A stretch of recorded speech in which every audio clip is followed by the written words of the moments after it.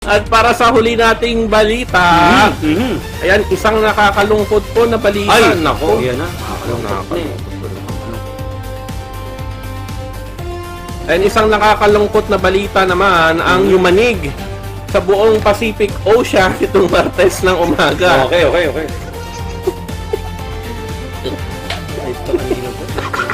Ay, siyan.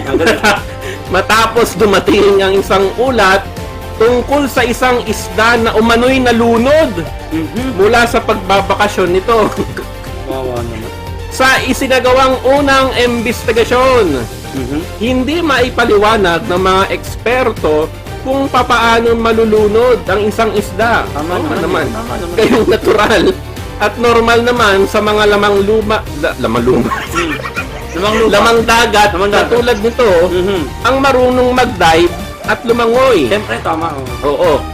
Pero batay na rin sa mga nakasaksi sa nangyari, dahil sa lamig ng panahon ngayon ay naisipang umano ng isdang ito na mag-dive at lumangoy nang mapagkamalan nito na isang heated swimming pool.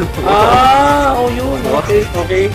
Ang tatalunan na kung anumang liquid. Naku, yun na yung liquid. Naku, yun na. Liquid na yan. Kala, parang solid. Na kung anumang liquid na nasa kanyang harapan.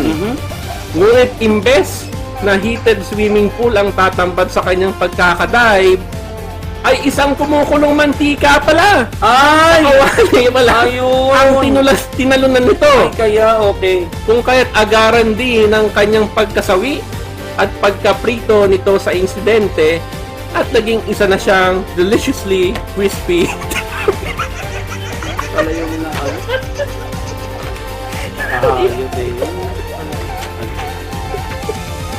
Idineklara naman ng mga otoridad na ang insidente ay isang kaso ng mistaken identity. Mistaken identity pa talaga. Matapos mapagkamalan ng isda ang kawali bilang isang heated swimming pool. Ayun.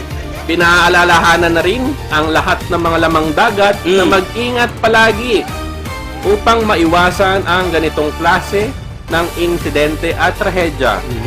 Sa ngayon, ay nabigyan na ang pamilya ng nasabing isda ng burial at